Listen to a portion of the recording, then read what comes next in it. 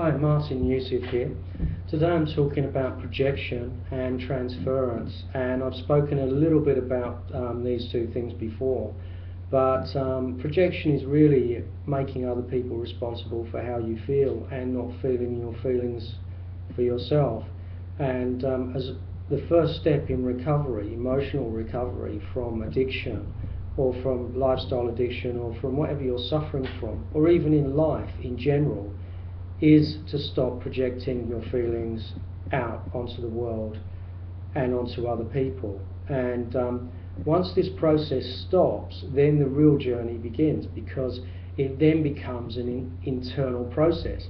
And so much of this society is invested in projecting our feelings out onto other people. For example, all the movies that you see in Hollywood or what you see in TV, if someone offends you, it's about actually going and taking revenge or getting redemption from that other person through your actions.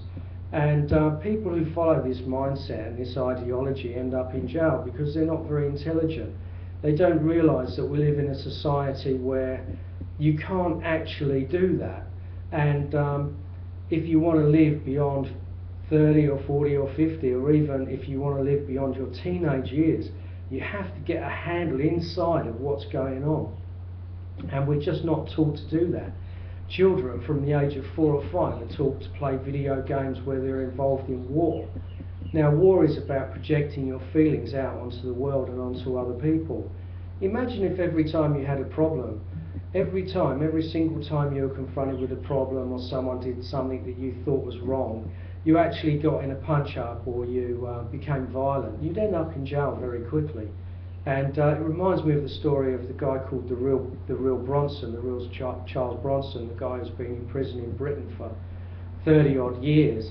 You know, within 6 months he assaulted 200 people. So, you know, this guy just attacked every single person every time he had a feeling, and that's what it would be like in society. But most people are smart enough to know you can't actually carry on like that and have a fulfilled life. You've got to learn some skills, and you've got to learn how to get along with people and not project your feelings out onto people. So dealing with projection and dealing with your feelings, you know, there are a couple of ways of doing it. One, you can say, okay, I'm going to be the total master of my feelings, and whatever I feel inside me, whether I'm right or wrong, I'm going to feel it, experience it, and I'm going to move beyond it, and I'm not going to involve the other person. Now, some people live in that way, and I've got a great deal of respect for people who have this ability. You can see they're feeling angry or grief or whatever, but they're totally 100% responsible for how they feel. Now, this takes a bit of practice. If you've never done this, if you're not used to feeling your feelings, and you project them out onto the world, and you always make other people responsible for how you feel, this takes a little bit of practice. And so that's the first way. The second way is to actually involve the people who create these feelings within you and express how you feel to them. And this is a skill and an art form. And some people say the word emotion means energy in motion. And if you can actually talk to the person about how you feel and articulate your feelings to that person, sometimes they'll care and sometimes they won't care, but you will feel a whole lot better. So while you're trying to get to the stage of mastering feelings internally, which is the most advanced stage, the second stage, the less advanced stage, is to share those feelings with the people who you feel are responsible for how you feel. And when you share them, if you just watch and observe yourself, one thing you'll realise that what they're actually doing, it's more about you and how you feel and how you relate to the world, and it may be related to how you were brought up, it may be related to your childhood, it might not. But when you share the feelings with the person, you can't actually blame them or accuse them about how you feel.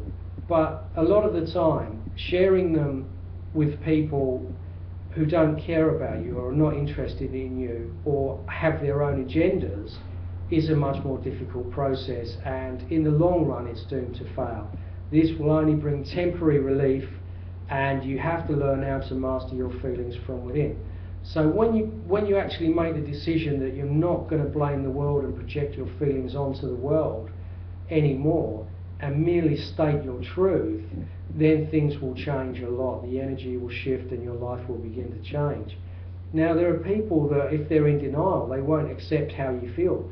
They may always be used to you being a victim. They may always see you in a certain role. So when you start saying how you feel, other people might get angry or have extreme reactions. And you just have to stand back and observe their reactions, and not let them project their idea about who you are back onto you. Because when you project your reality onto someone, they project their reality back onto you. And this is called transferrance. You know, you're angry at someone and you blame them for a feeling that you had, and then they get angry at you and they blame you. And this is called transferrance, where the energy goes back from one person to the other. And you get angry because they're angry. That's called counter-transferrance. And once this energy is out in the mix, this energy is called contamination in psychological terms. And once the relationship is contaminated, very rarely does it ever get put back together. It takes a lot of skill, a lot of love, and a lot of kindness, and people don't have that. Most of society are purely orientated onto themselves, onto materialism, and into survival. They want you to love them, but when it comes to loving you, they may not have that love or that depth to give you. So I've just explained very simply, again, transferrance, counter-transferrence, and projection. And when all of this stuff is happening, you're much better off separate yourself, sitting under a tree, and finding out, going within, what it is you really feel.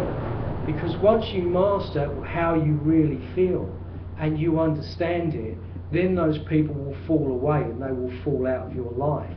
Because when they project their reality onto you, they're stopping you from having an authentic experience.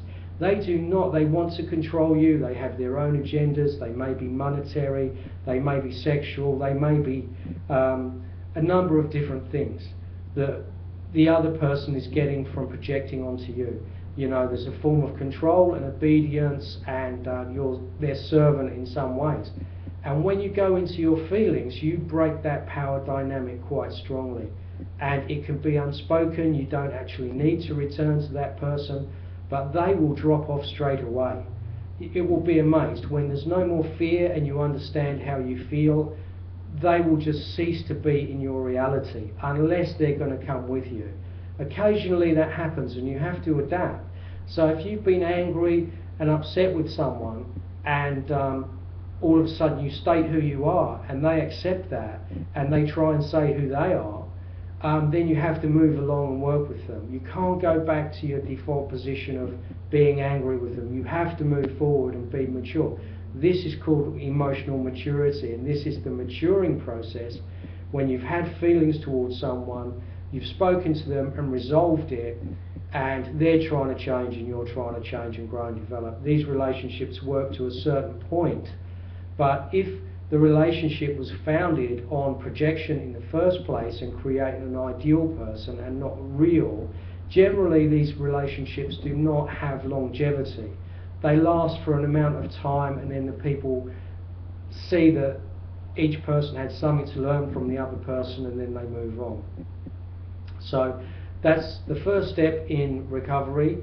Emotional recovery is to stop projecting and to stop transferrance and counter-transferrance. My name is Martin Youssef. Please feel free to join me on my website www.martinyoussef.com.